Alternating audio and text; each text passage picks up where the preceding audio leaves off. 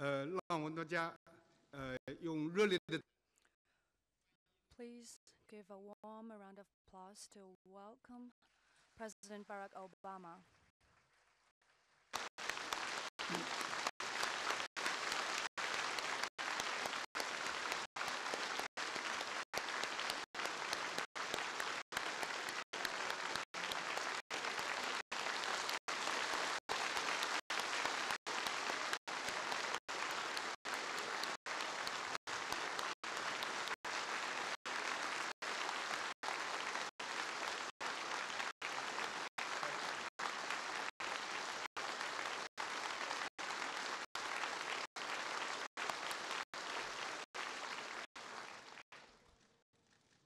OK， 各位 Distinguished guests, friends, ladies and gentlemen.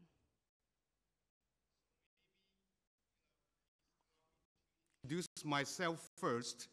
So I'm Yu Liangyang from Fudan University. 所以今天呢，我们Today, we are privileged to have invited Mr. Barack Obama, President of the United States of America. He's paying a state visit to China, and he is here today. I'm pleased to moderate this dialogue because President Obama attaches great importance to exchanges between the two peoples, especially exchanges between young people of our two countries. So today, we will use a very free and relaxed way, and a pleasant way, to have this dialogue with President Obama, and we will discuss China-US relations, the future of this world,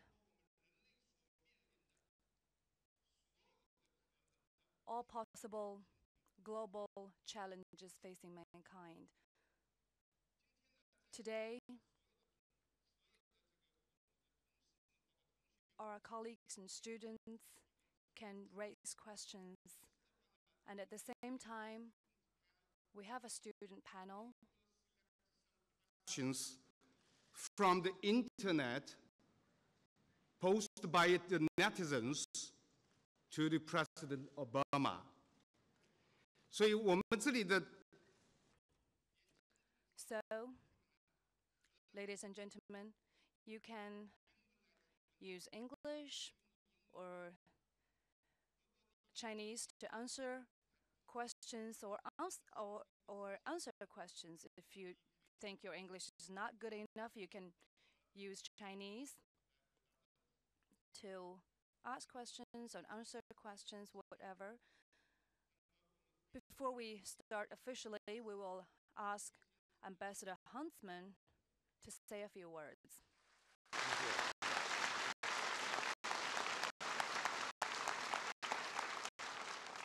杨校长，谢谢你。可是我们在上海，我应该说家乡哦，对不对？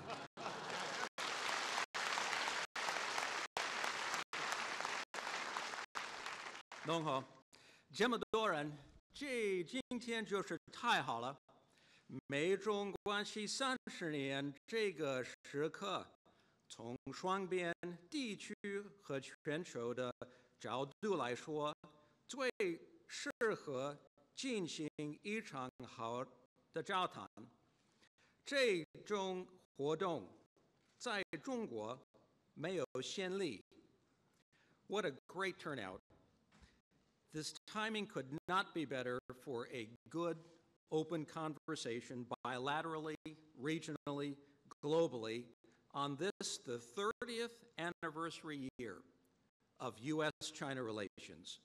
And this is the first ever town hall meeting format by a U.S. president in China. 我们两国元首具体说过，他们要推动一个积极、建设性、全面的关系。Our two presidents have specifically stated that they want to promote a positive, constructive, and comprehensive relationship. 如果没有美中两国的合作，几乎没有哪一个全球性挑战能得到解决。Today, virtually no global challenge can be solved without the United States and China cooperating. 我们面临的挑战是把我们的展望提到一个更高的水平。有谁比我们最高层领导人更适合参加我们的讨论呢？ The challenge before us is to find ways to move our engagement to a higher strategic plane. So who better to join us than the person who can speak at the very highest level of government on these subjects? 那我很荣幸向你们介绍第44任美国总统巴拉克·奥巴马。Ladies and gentlemen, I give you the 44th President of the United States, President Barack Obama.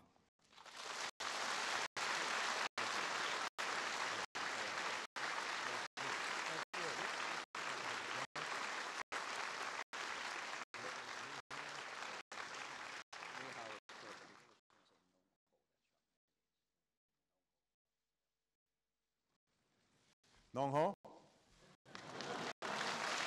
Good afternoon. It is a great honor for me to be here in Shanghai and to have this opportunity to speak with all of you. I'd like to thank Fudan University's President Yang for his hospitality and his gracious welcome. I'd also like to thank our outstanding Ambassador John Huntsman, who exemplifies the deep ties and respect between our nations. I don't know what he said, but I hope it was good. What I'd like to do is to make some opening remarks, and then what I'm really looking forward to doing is taking questions, not only from students who are in the audience, but also we've received questions online, which will be asked by some of the students who are here in the audience, as well as by Ambassador Huntsman.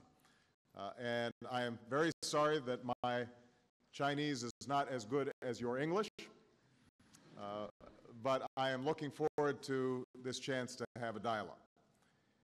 This is my first time traveling to China, and I'm excited to see this majestic country. Here in Shanghai, we see the growth that has caught the attention of the world, the soaring skyscrapers, the bustling streets, and entrepreneurial activity. And just as I'm impressed by these signs of China's journey to the 21st century, I'm eager to see those ancient places that speak to us from China's distant past. Tomorrow and the next day, I hope to have a chance when I'm in Beijing to see the majesty of the Forbidden City and the wonder of the Great Wall. And truly, this is a nation that encompasses both a rich history and a belief in the promise of the future. The same can be said of the relationship between our two countries. Shanghai, of course, is a city that has great meaning in the history of the relationship between the United States and China. It was here 37 years ago that the Shanghai Communique opened the door to a new chapter of engagement between our governments and among our people. However, America's ties to this city and to this country stretch back further, to the earliest days of America's independence. In 1784, our founding father, George Washington, commissioned the Empress of China, a ship that set sail for these shores so that it could pursue trade with the Qing dynasty. Washington wanted to see the ship carry the flag around the globe and to forge new ties with nations like China. This is a common American impulse, the desire to reach for new horizons and to forge new partnerships that are mutually beneficial. Over the 2 centuries that have followed, the currents of history have steered the relationship between our countries in many directions. And even in the midst of tumultuous winds, our people had opportunities to forge deep and even dramatic ties. For instance, Americans will never forget the hospitality shown to our pilots who were shot down over your soil during World War II and cared for by Chinese civilians who risked all that they had by doing so. And Chinese veterans of that war still warmly greet those American veterans who returned to the sites where they fought to help liberate China from occupation. A different kind of connection was made nearly 40 years ago, when the frost between our countries began to thaw through the simple game of table tennis. The very unlikely nature of this engagement contributed to its success because, for all our differences, both our common humanity and our shared curiosity were revealed. As one American player described his visit to China, the people are just like us. The country is very similar to America, but still very different.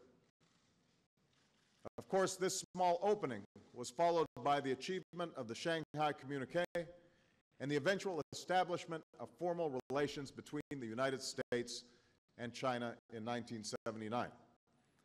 And in 3 decades, just look how far we have come.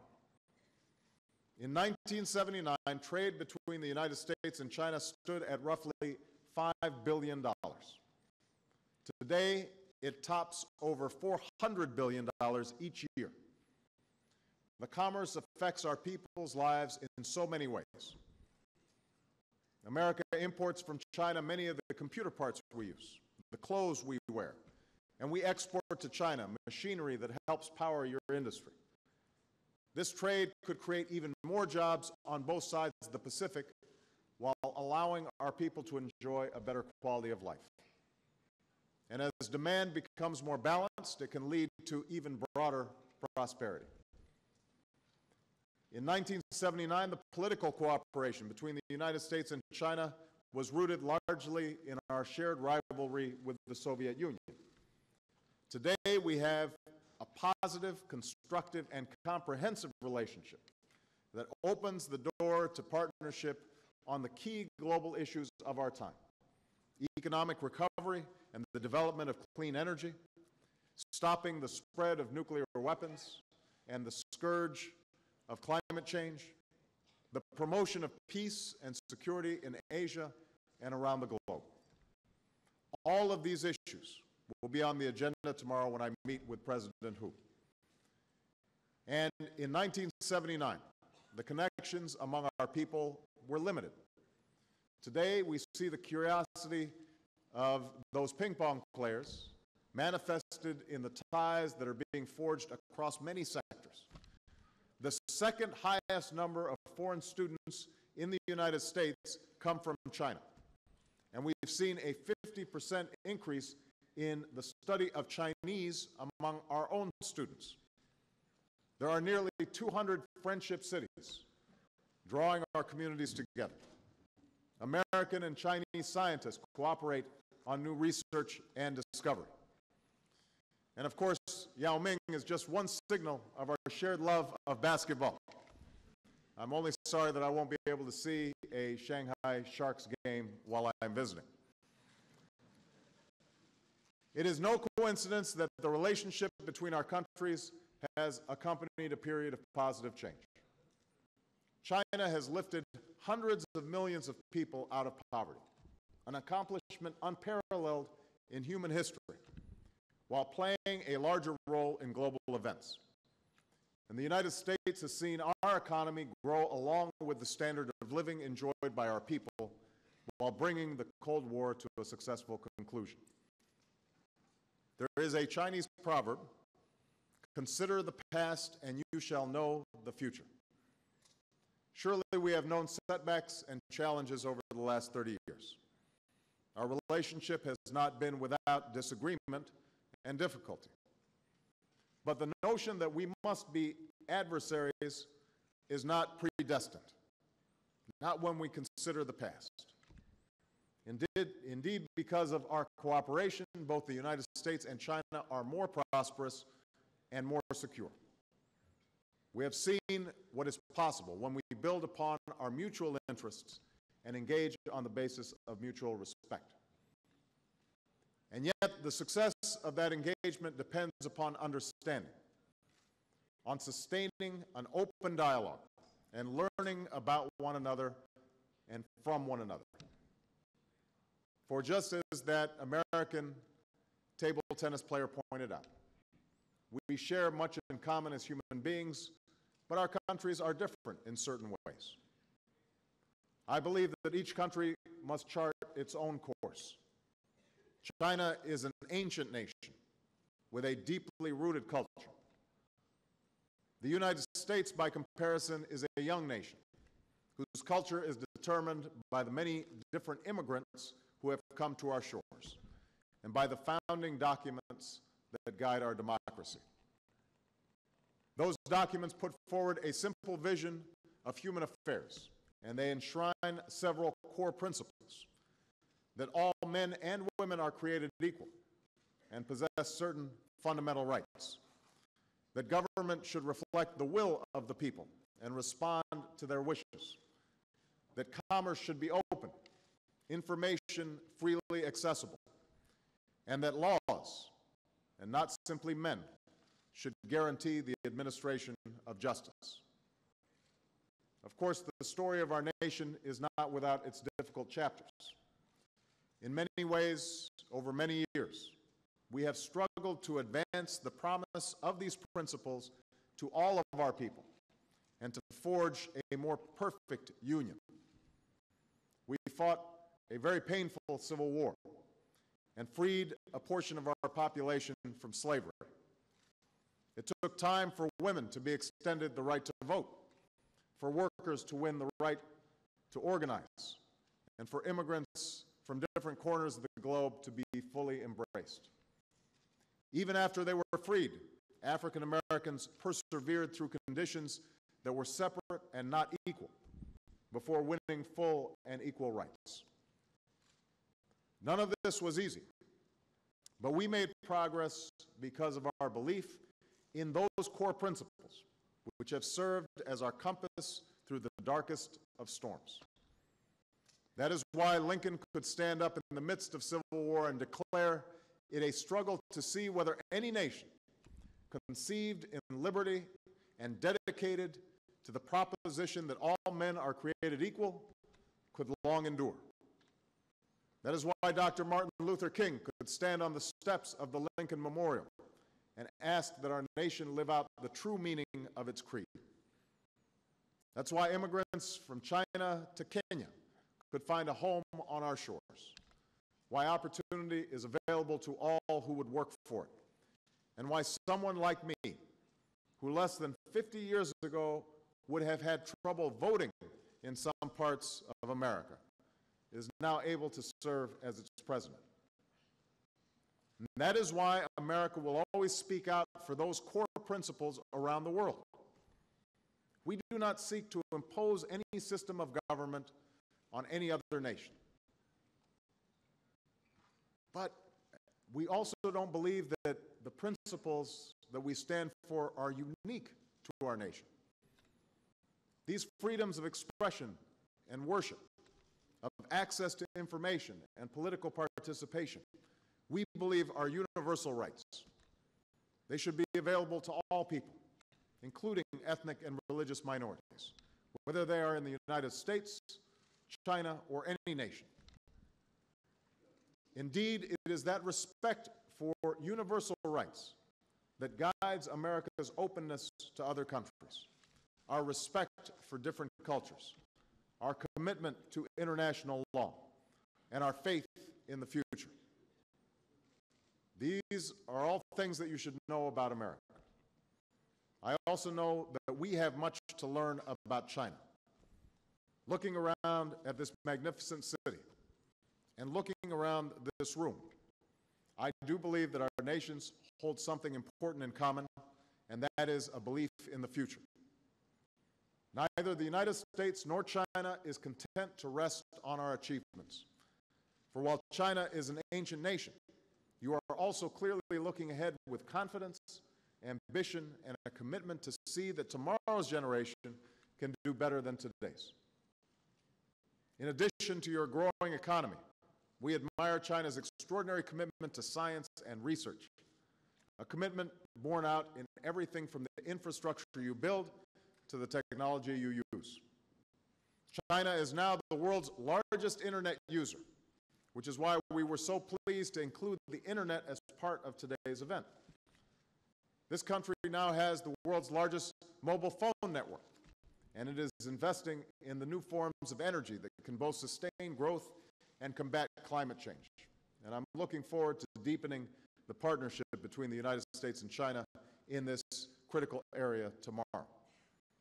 But above all, I see China's future in you, young people whose talent and dedication and dreams will do so much to help shape the 21st century. I've said many times that I believe that our world is now fundamentally interconnected. The jobs we do, the prosperity we build, the environment we protect, the security that we seek, all of these things are shared. And given that interconnection, power in the 21st century is no longer a zero-sum game. One country's success need not come at the expense of another. And that is why the United States insists we do not seek to contain China's rise. On the contrary, we welcome China as a strong and prosperous and successful member of the community of nations. A China that draws on the rights, strengths, and creativity of individual Chinese like you. To return to the proverb, consider the past. We know that more is to be gained when great powers cooperate than when they collide. That is a lesson that human beings have learned time and again. And that is the example of the history between our nations. And I believe strongly that cooperation must go beyond our government. It must be rooted in our people, in the studies we share, the business that we do, the knowledge that we gain, and even in the sports that we play.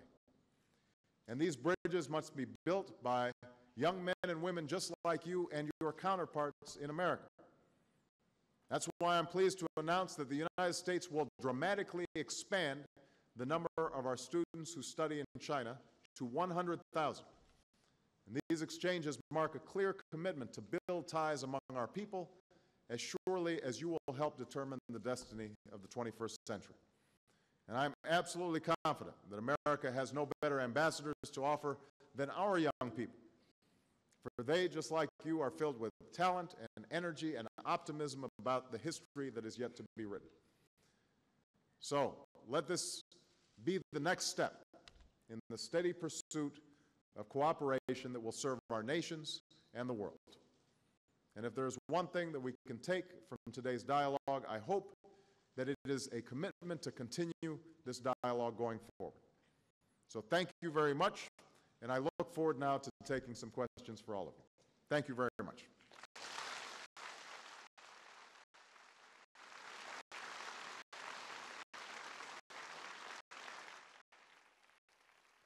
So I just want to make sure this works. This is a tradition, by the way, that is very common in the United States of these town hall meetings. And what we're going to do is I will just, if you are interested in asking a question, you can raise your hands. I will call on you. And then I will alternate between a question from the audience and an internet question from one of the students who prepared the questions, as well as I think Ambassador Huntsman may have a question that we were able to obtain from the website of our embassy. So let me begin, though, by seeing, and what I'll do is I'll call on a boy and then a girl, and then so we'll go back and forth so that you know it's fair. All right? So I'll start with this young lady right in the front. Here, why don't we wait for this microphone so everyone can hear you?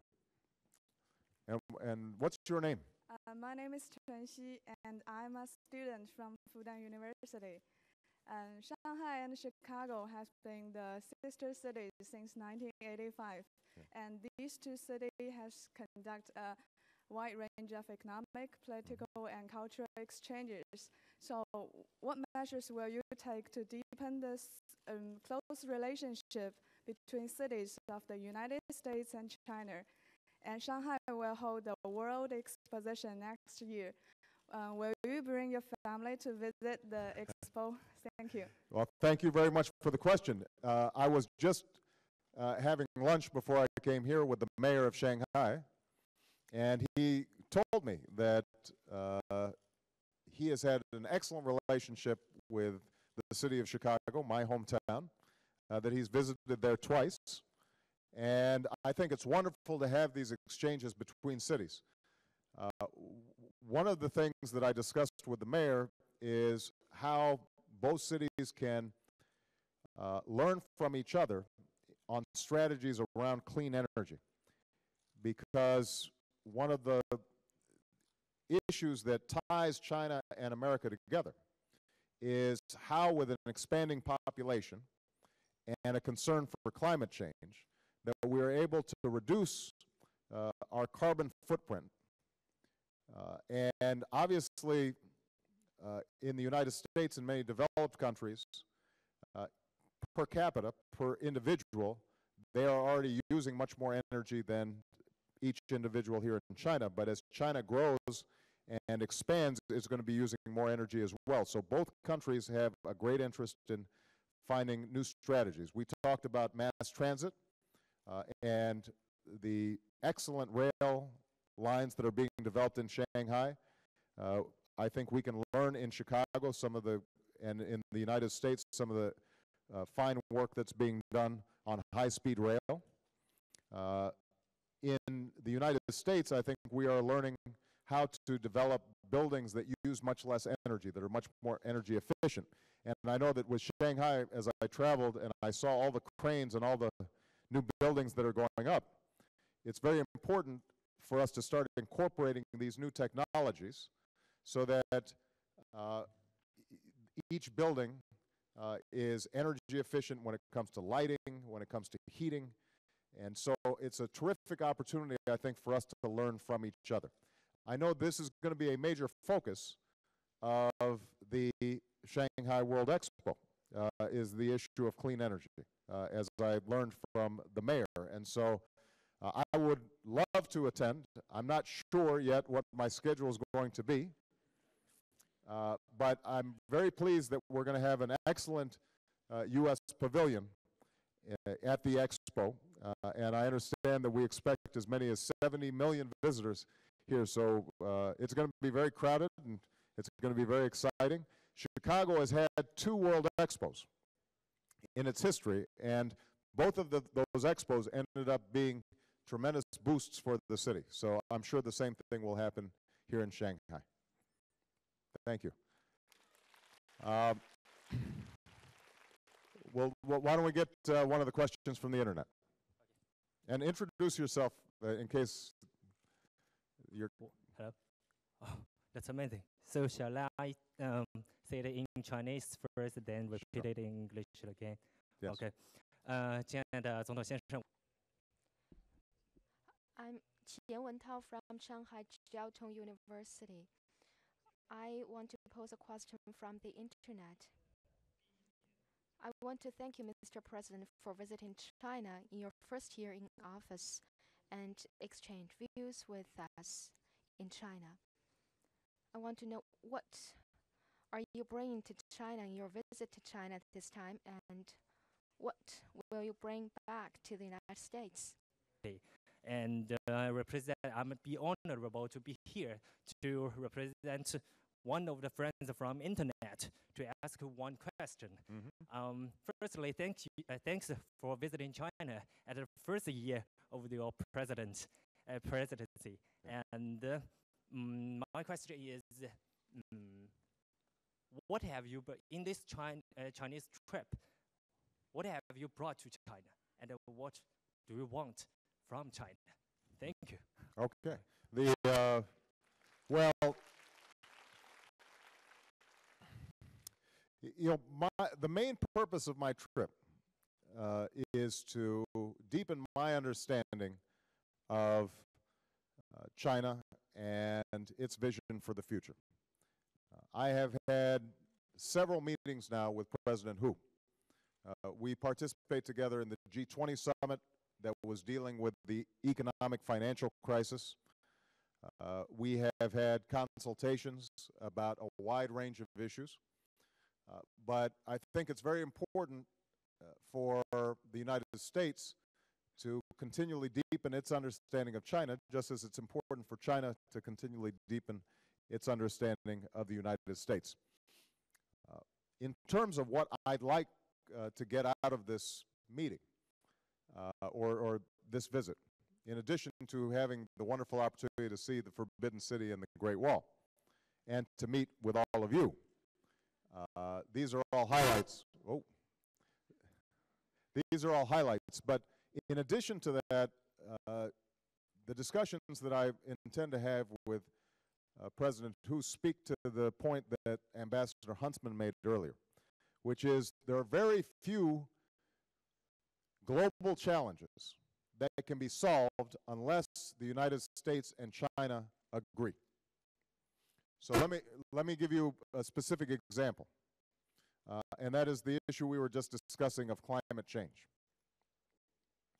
The United States and China are the world's two largest emitters of greenhouse gases, of carbon that is causing the planet to warm. Now, the United States, as a highly developed country, as I said before, per capita consumes much more energy and emits much more greenhouse gases for each individual than does China. On the other hand, China is growing at a much faster pace, and it has a much larger population. So unless both of our countries are willing to take critical steps in dealing with this issue, we will not be able to resolve it. There's going to be a Copenhagen conference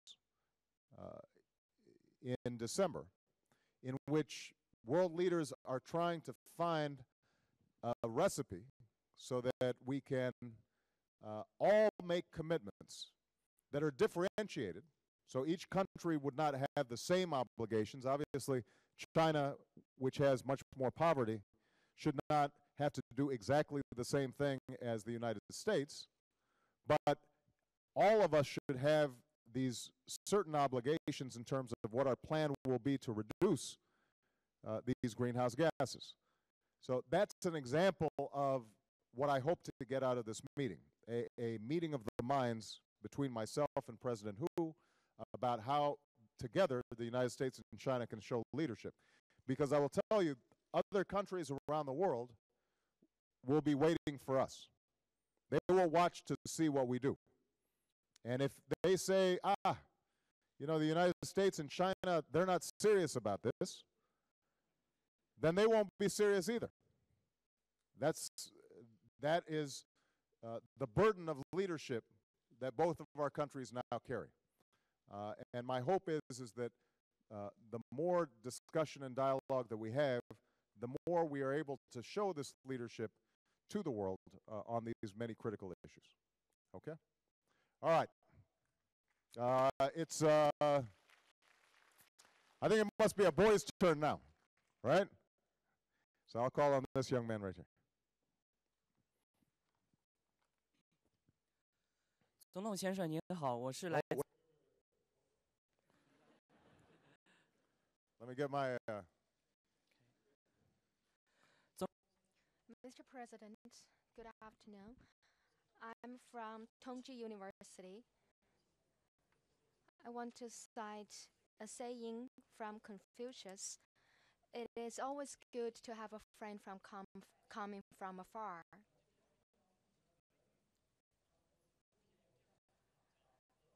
In Confucius' books, there's a great saying which says that harmony is good, but also we uphold differences. China advocates a harmonious world. We know that the United States develops a culture that features diversity. I want to know, what will your government do to build a diversified world with different cultures? What would you do to respect the different cultures and histories of other countries, and what kinds of cooperation we can conduct in the future? This is an excellent point. The United States, one of our strengths is that we are a very diverse culture. We have people coming from all around the world. And so there's no one definition of what an American looks like. You know, in my own family, I have a father who was from Kenya. I have a mother who was from Kansas in the Midwest of the United States. My sister is half Indonesian. She's married to a Chinese person from Canada. So when you see family gatherings in the Obama household, it looks like the United Nations. And that is a great strength of the United States, because it means that we learn from different cultures and different foods and different ideas, and that has made us a much more dynamic society. Now, what is also true is that you know, each country in this interconnected world has its own culture and its own history and its own traditions. And I think it's very important for the United States not to assume that what is good for us is automatically good for somebody else. And we have to have some modesty about our attitudes towards other countries. I have to say, though, as I said in my opening remarks, that we do believe that there are certain fundamental principles that are common to all people, regardless of culture. So, for example, in the United Nations, we are very active in trying to make sure that children all around the world are treated with certain basic rights, that if children are being exploited, if there's forced labor for children, that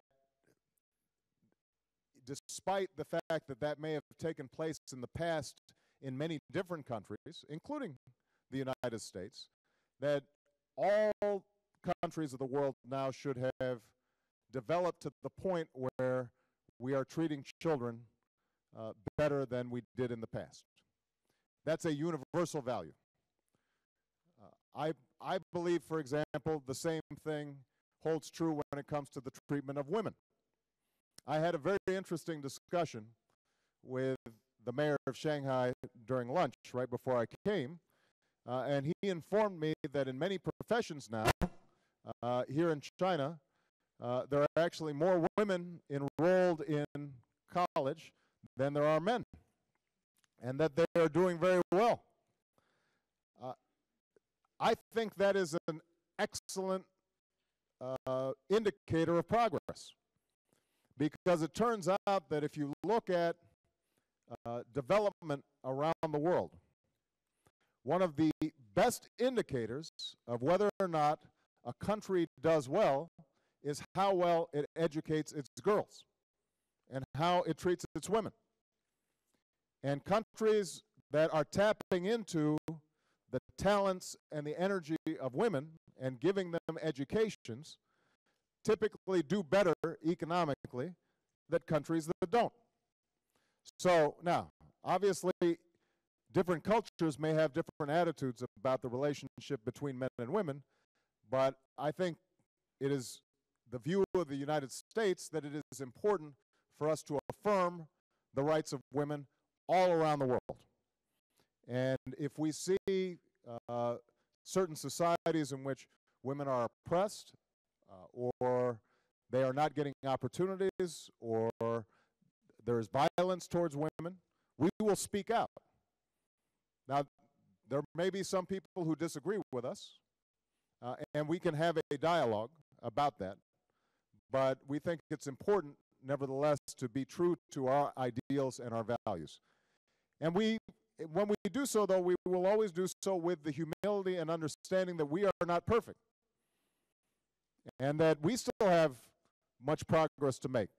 If you talk to women in America, they will tell you that there are still men who have a lot of old-fashioned ideas about the role of women in society.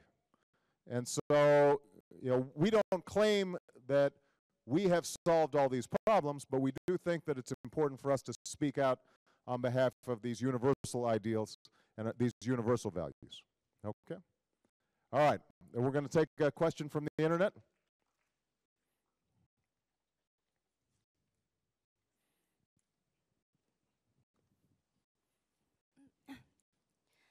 Hello, Mr. President. It's a great honor to be here and meet you in person. Thank you. My name is Zhang Xin. I'm from Shanghai International Studies University. I'll be reading a question selected on the internet to you. And this question is from somebody from Taiwan. In his question, he said, I come from Taiwan. Now I am doing business on the mainland. And due to improved cross-strait relations in recent years, my business in China is doing quite well. So when I heard the news that some people in America would like to propose continue selling arms and weapons to Taiwan, I began to get pretty worried. I worry that this may make our cross-strait relations suffer. So I would like to know if, Mr. President, are you supportive of improved cross-strait relations? And although this question is from a businessman, actually it's a question of keen concern to all of us young Chinese students. So we'd really like to know your position on this question. Thank you. Thank you.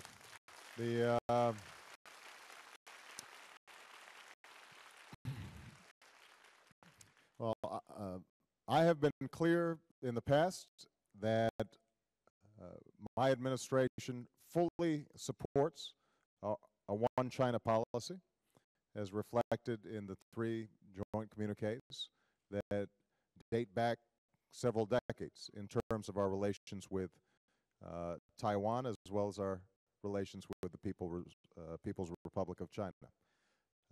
We don't want to change that policy and that approach. I am very pleased with the reduction of tensions and the improvement in cross-strait relations. And it is my deep desire and hope that we will continue to see great improvement between Taiwan and the rest of the People's Republic in resolving many of these issues. One of the things that I think that the United States, in terms of its foreign policy and its policy with respect to China, is always seeking, is ways that through dialogue and negotiations, problems can be solved. We always think that's the better course. And I think that economic ties and commercial ties that are taking place in this region are helping to lower a lot of the tensions that date back before you were born, or even before I was born. Now, there's some people who still look towards the past when it comes to these issues, as opposed to looking towards the future. I prefer to look towards the future. And as I said, I think the commercial ties that are taking place, there's something about when people think that they can do business and make money that makes them think very clearly and not worry as much about ideology. And I think that that's starting to happen in this region, and we are very supportive of that process. Okay? Let's see, it's a girl's turn now, right? Yes, right there. Yes. Hold on. Let's get a, whoops. I'm sorry, they took the mic back here. I'll call on you next. Go ahead, and then I'll go up here later. Go ahead. No, please. Okay. Thank you. I'll call on you later. No, I'll call on her first, and then I'll call on you afterwards. Go ahead. Okay, thank you, Mr. President. I'm a student from Shanghai University. Since you have, I have a question concerning the Nobel Prize for Peace. In your opinion, what's the main reason that you were honored the Nobel Prize for Peace? And will it give you more responsibility and pressure to more pressure and responsibility to promote the world peace? And will it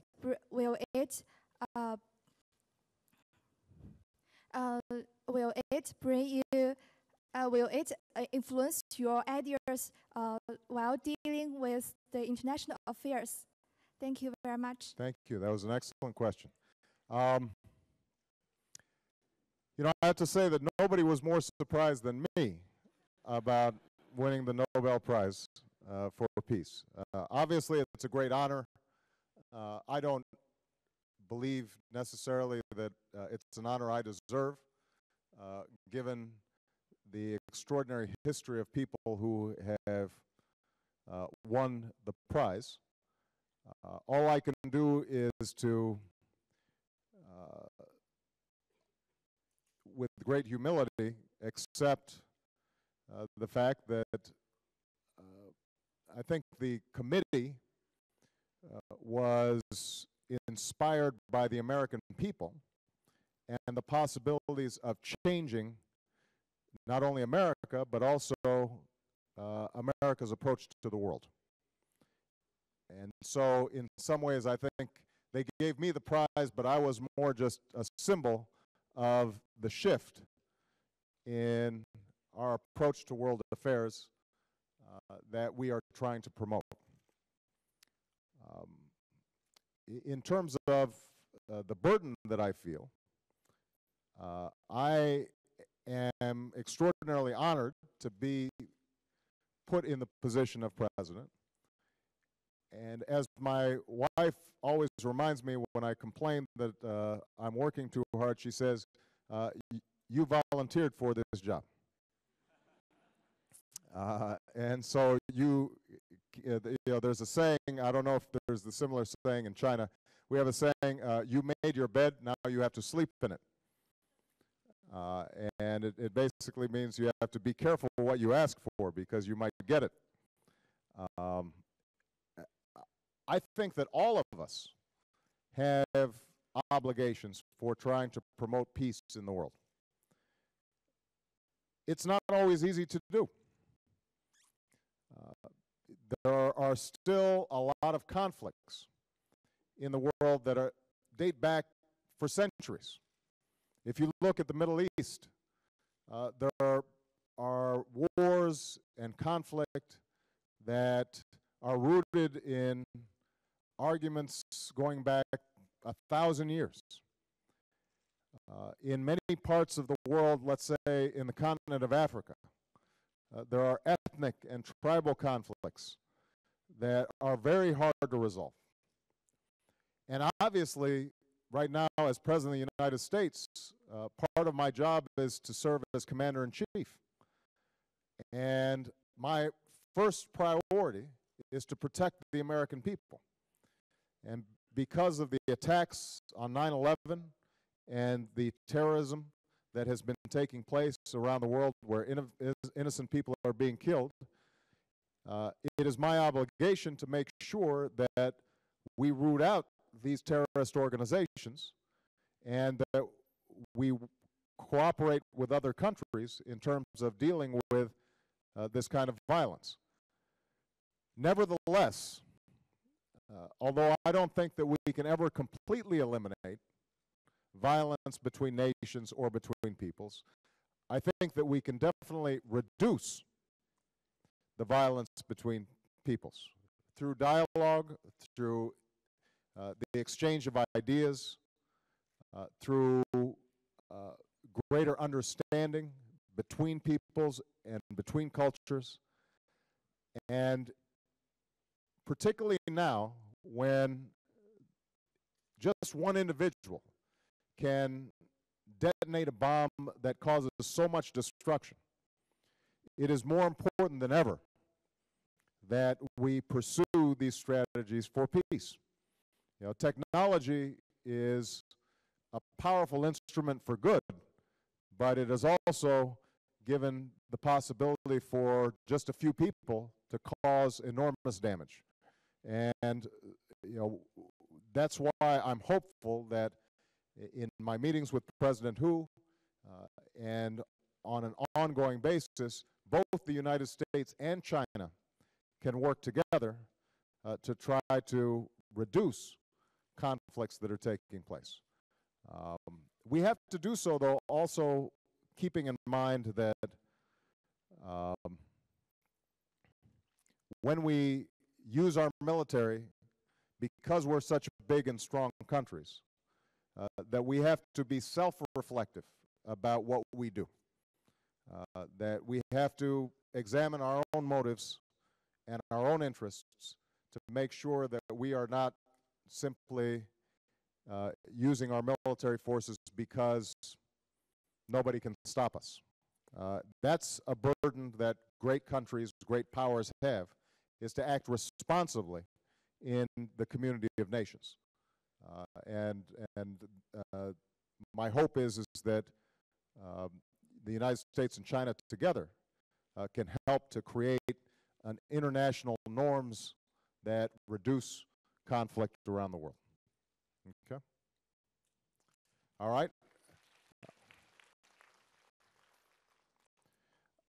John, I'm going to call on my ambassador because I think he has a question that was generated through the website of our embassy. This was selected, though, by, I think, one of the members of our U.S. press corps, so that... That's right.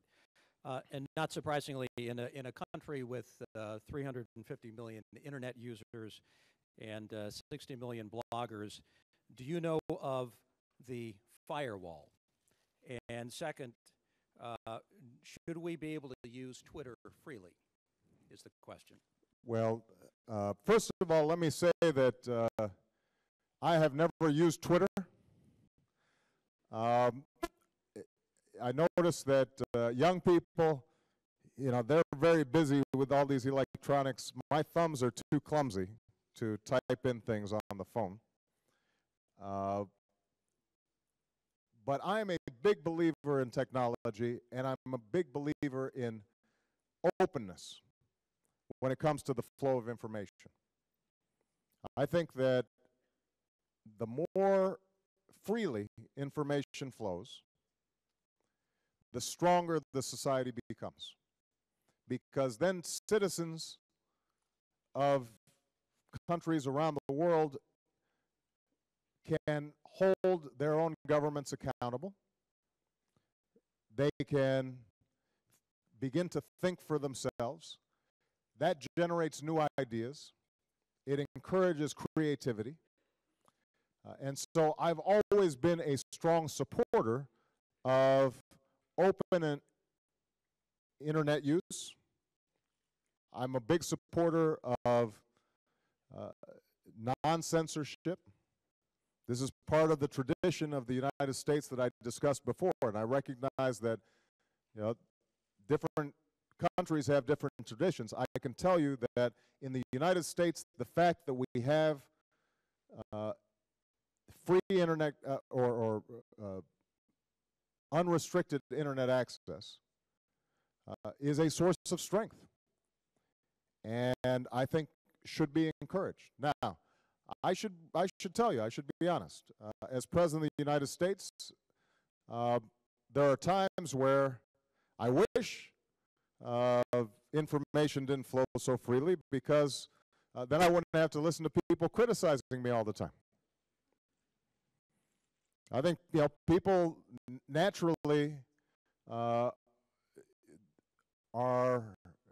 when they're in positions of power, sometimes think, oh, how could that person say that about me, or that's irresponsible. But the truth is that because in the United States information is free, and I have a lot of critics in the United States who can say all kinds of things about me, I actually think that that makes our democracy stronger, and it makes me a better leader, because it forces me to hear opinions that I don't want to hear. It forces me to examine what I'm doing on a day-to-day basis to see, am I really doing the very best that I could be doing for the people of the United States? And I think the internet has become an even more powerful tool for that kind of citizen participation. In fact, one of the reasons that I won the presidency was because we were able to mobilize young people like yourself to get involved through the internet. Initially, nobody thought we could win because we didn't have necessarily the most wealthy supporters. We didn't have the most powerful political brokers. But through the internet, people became excited about our campaign, and they started to organize and meet and set up campaign activities and events and rallies. And it really ended up creating the kind of bottom-up movement that allowed us to do very well. Now, that's not just true for government and politics. It's also true for business. You think about a company like Google that only 20 years ago was, less than 20 years ago, was the idea of a couple of people not much older than you. It was a science project. And suddenly, because of the internet, they were able to create an industry that has revolutionized commerce all around the world. So, you know, if it had not been for the freedom and the openness that the internet allows, Google wouldn't exist. So I'm a big supporter of not restricting internet use, internet access, other information technologies like Twitter. The more open we are, the more we can communicate, and it also helps to draw the world together. Think about, when I think about my daughters, Malia and Sasha, one's 11, one is 8. From their room, they can get on the internet and they can travel to Shanghai. They can go any place in the world and they can learn about anything they want to learn about. And that's just an enormous power that they have. And that helps, I think, promote the kind of understanding that we talked about. Now, as I said before, there's always a downside to technology. It also means that terrorists are able to organize on the internet in ways that they might not have been able to do before. Extremists can mobilize, and so there's some price that you pay for openness. There's no denying that. But I think that the good outweighs the bad so much that it's better to maintain that openness, and that's part of why I'm so glad that the internet was part of this forum. Okay, I'm going to take 2 more questions, and the next one is from a gentleman, I think. Right, right here. Yes. Here's the microphone.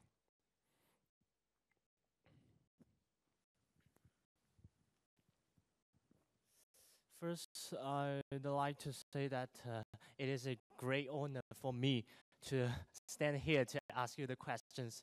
I think I'm so lucky and just appreciate that your speech is so clear that I really do not need such kind of headset.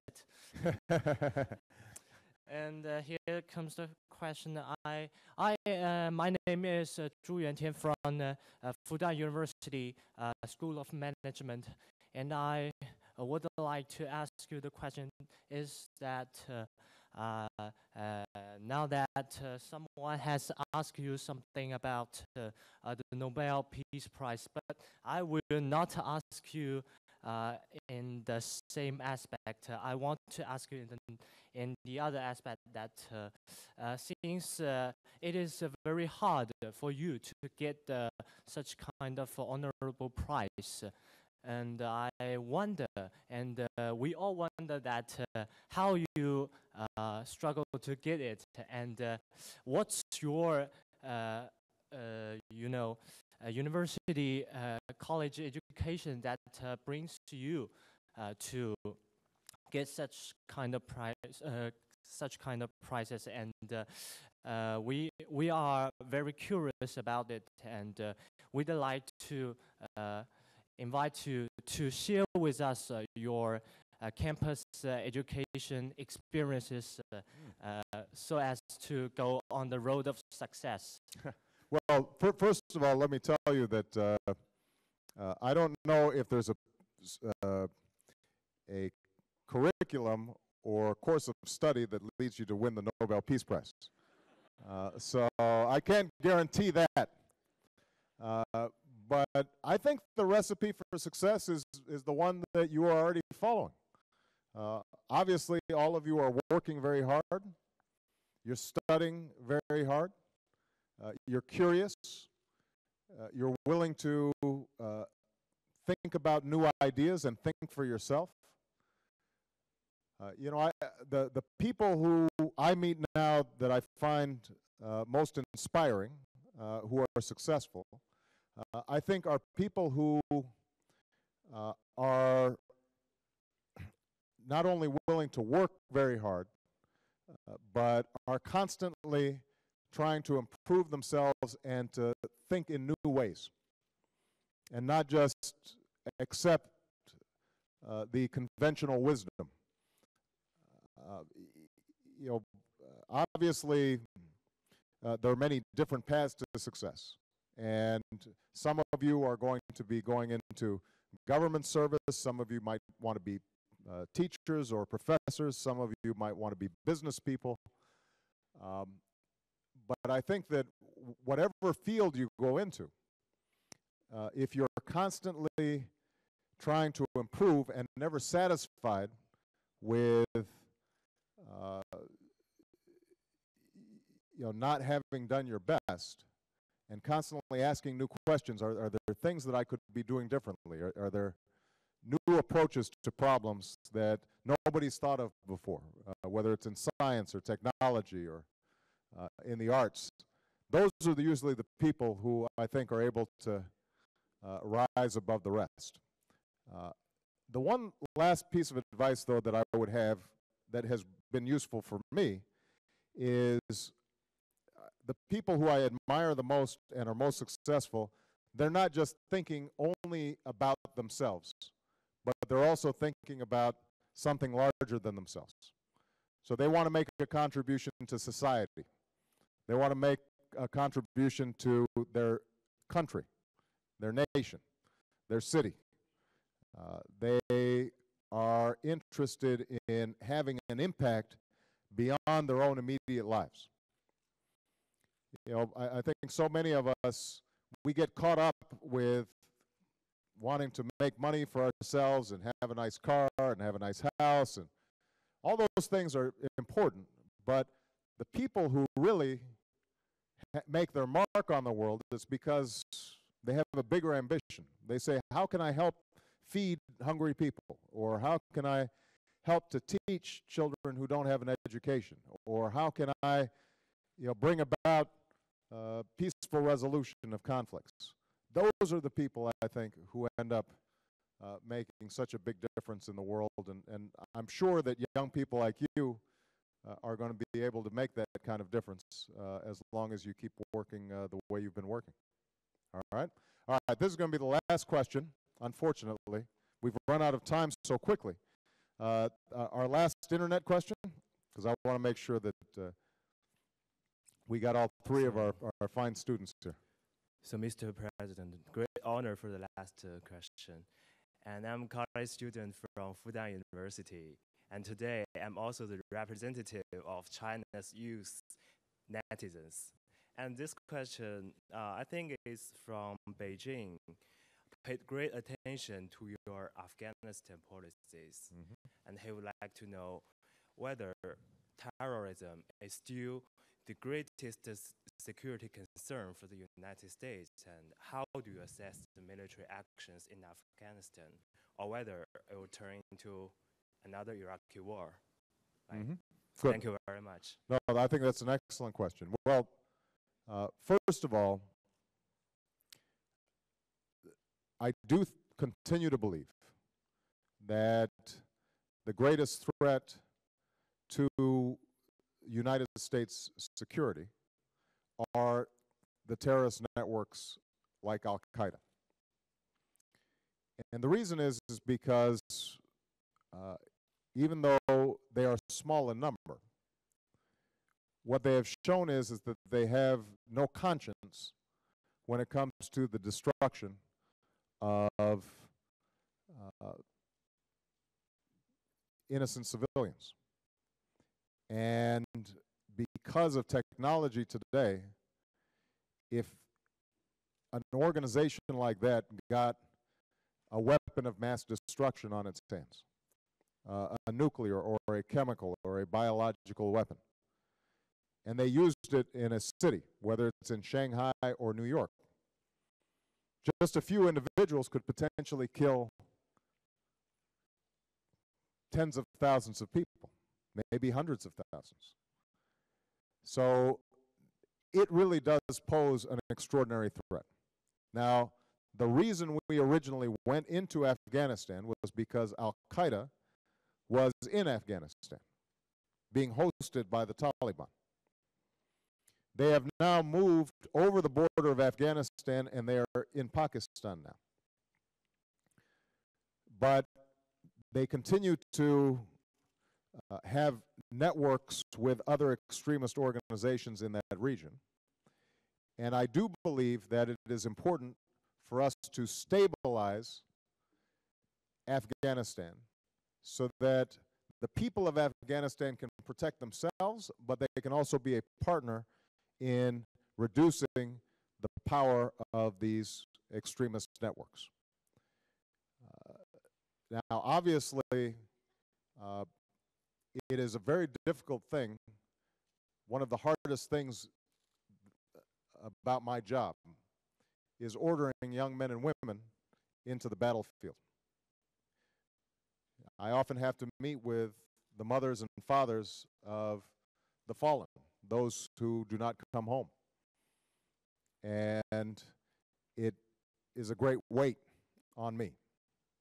It gives me a heavy heart. Fortunately, our armed services the young men and women who participate, they believe so strongly in their service to their country that they are willing to go. And I think that it is possible, working in a broader coalition with our allies in NATO and others that are contributing like Australia, to help train the Afghans so that they have a functioning government, that they have their own security forces, and then slowly we can begin to pull our troops out because there's no longer that vacuum that existed after the Taliban left. But it's a difficult task. It's not easy.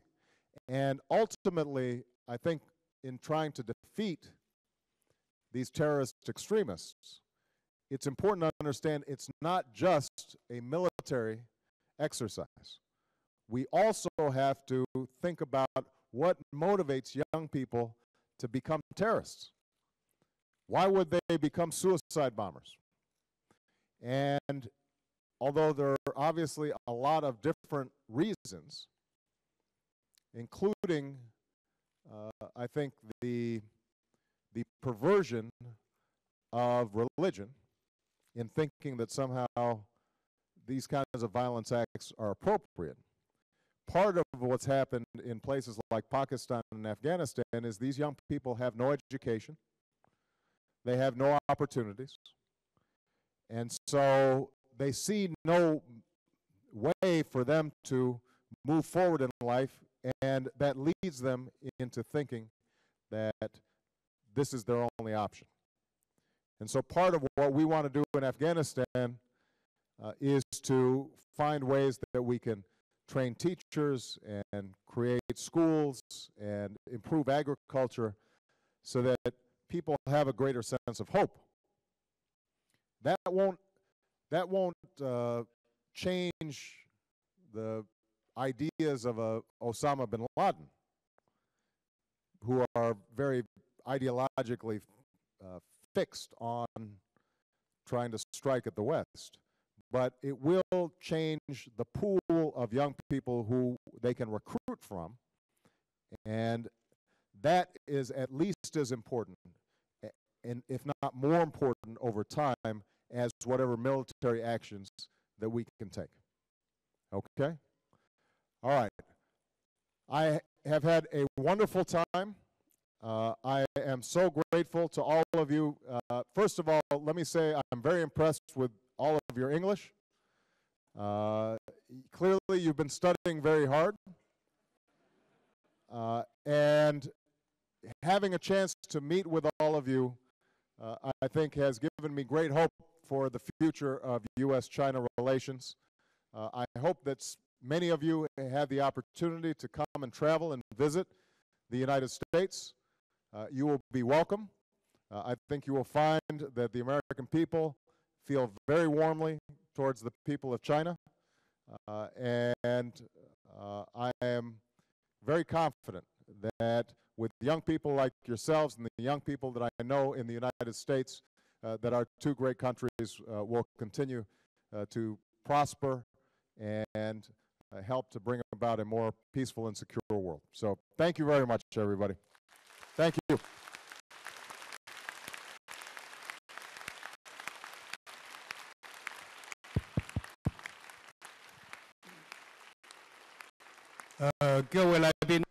Ladies and gentlemen,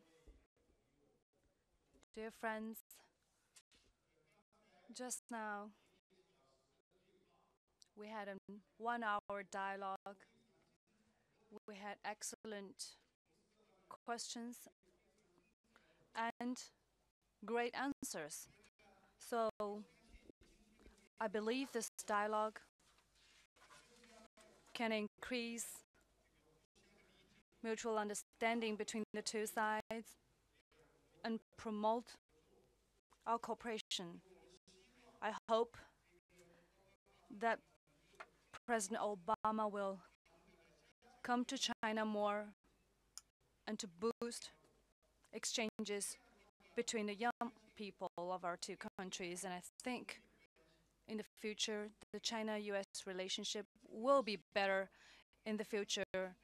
We sincerely hope that President Obama in Shanghai, in Beijing, and in China will have a very pleasant stay, and we wish you a great success and a productive visit. Thank you.